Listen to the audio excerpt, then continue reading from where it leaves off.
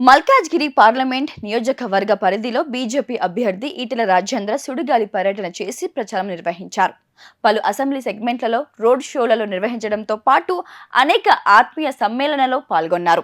ఈ సందర్భంగా ఈటెల ఓటర్లను ఉద్దేశించి మాట్లాడుతూ ఎన్నో ఏళ్లుగా ఆర్థికంగా వెనుకబడిన వారిని, చేతి వృత్తుల వారిని, హస్తకళా నైపుణ్యం కలిగిన వారికి ఆర్థిక సహాయం, సదుపాయాలు, శిక్షణ, నైపుణ్య అభివృద్ధి మరియు విశ్వకర్మ కుటుంబాలకు మార్కెట్ యాక్సెస్ ను అందించడం ద్వారా వారిని బలోపేతం చేయడం మన మోదీ గ్యారంటీ.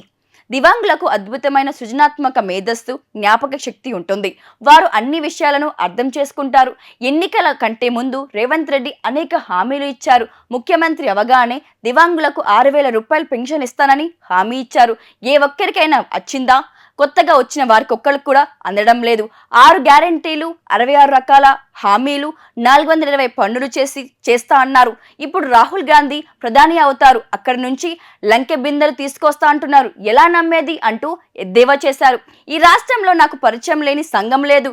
ఎవడు ఎక్కడ టెంట్ వేసినా నేను వెళ్ళి మద్దతు తెలుపుతాను.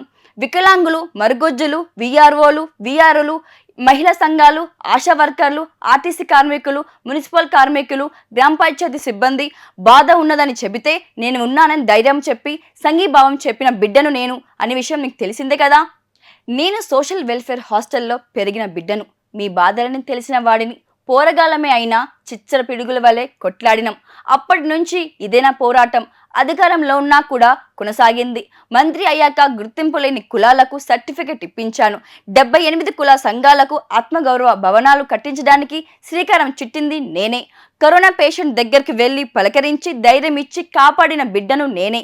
అవసరం వచ్చినప్పుడు, ఆపద వచ్చినప్పుడు అండగా ఉన్నాను. ప్రధాని 2,23,000 ఇల్లు ఇచ్చిన కేసీఆర్ వాటిని కట్టలేదు.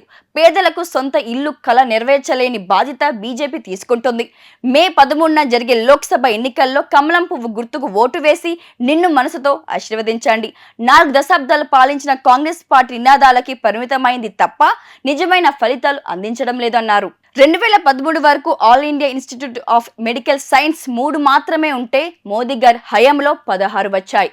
రాజకీయ నాయకుడు పైరవి కాడు, రియల్ ఎస్టేట్ వ్యాపారి కాదు, మంచి ప్రణాళిక అందించేవారు, ప్రజలకు అందుబాటులో ఉండి ఎన్నుకున్న ప్రజల రుణం తీర్చుకునే వాడే తప్ప డాపు దర్పం ప్రదర్శించడానికి కాదు. నేను శ్రమ ధర్మాన్ని ప్రజలకు నమ్ముకున్న వాణ్ణి. ఈయన మా ఎంపీ అని గర్వంగా చెప్పుకునే పద్ధతిలో నా ఆచరణ ఉంటుందని హామీ ఇస్తున్నా. మీ అందరి సంపూర్ణ మద్దతు ఇవ్వాలని కోరుకుంటున్నాను. ఓటును వృధా చేసుకోవద్దు. దేశంలో ప్రధాని మోదీ అయ్యే మోదీ గారికి వెయ్యండి. రాహుల్ గాంధీని ప్రధానమంత్రిని చేస్తే ఇచ్చిన హామీలన్నీ అమలు చేస్తానని రేవంత్ రెడ్డి చెబుతున్నారు. ఆయన ప్రధాని అయ్యేది లేదు, ఈయన చేసేది లేదు. నేను మోదీ గారికి దగ్గర వెళ్ళడానికి మధ్యవర్తి అవసరం లేదు. రోడ్ షో నిర్వహించినప్పుడు మల్కాజ్గిరి ప్రజలు చూపించిన ప్రేమను చూసి మీరు గెలిచి రండి, ప్రజలకు అవసరమైన అన్ని పనులు చేసి పెడతానని హామీ ఇచ్చారు. మూసీ నది పక్కన ఇళ్ల వాళ్ళ బంగారం కూడా రంగు మారుతుందని చెప్పుకొచ్చారు. మూసీ పక్షులను చేయించే బాధ్యత కూడా మేమే తీసుకుంటాము. రాష్ట్ర ప్రభుత్వం దగ్గర జీతాలు ఇచ్చే డబ్బులు కూడా లేవు. ప్రభుత్వం అభివృద్ధి పనులు జరగాలంటే కేంద్ర సహాయంతో సాధ్యం. నన్ను ఆశీర్వదించండి, గెలిపించండి. ఈ నియోజకవర్గంలో ఉన్న ప్రతి సమస్యను తీరుస్తానని హామీ ఇస్తున్నాను. ఏంది గోపన్న, మళ్ళీ ఏదో ఉద్యమాల పోస్ట్ అంటిస్తున్నట్టున్నావు? ఇంకా ఉద్యమాలు ఎందుకు తమ్ముడు?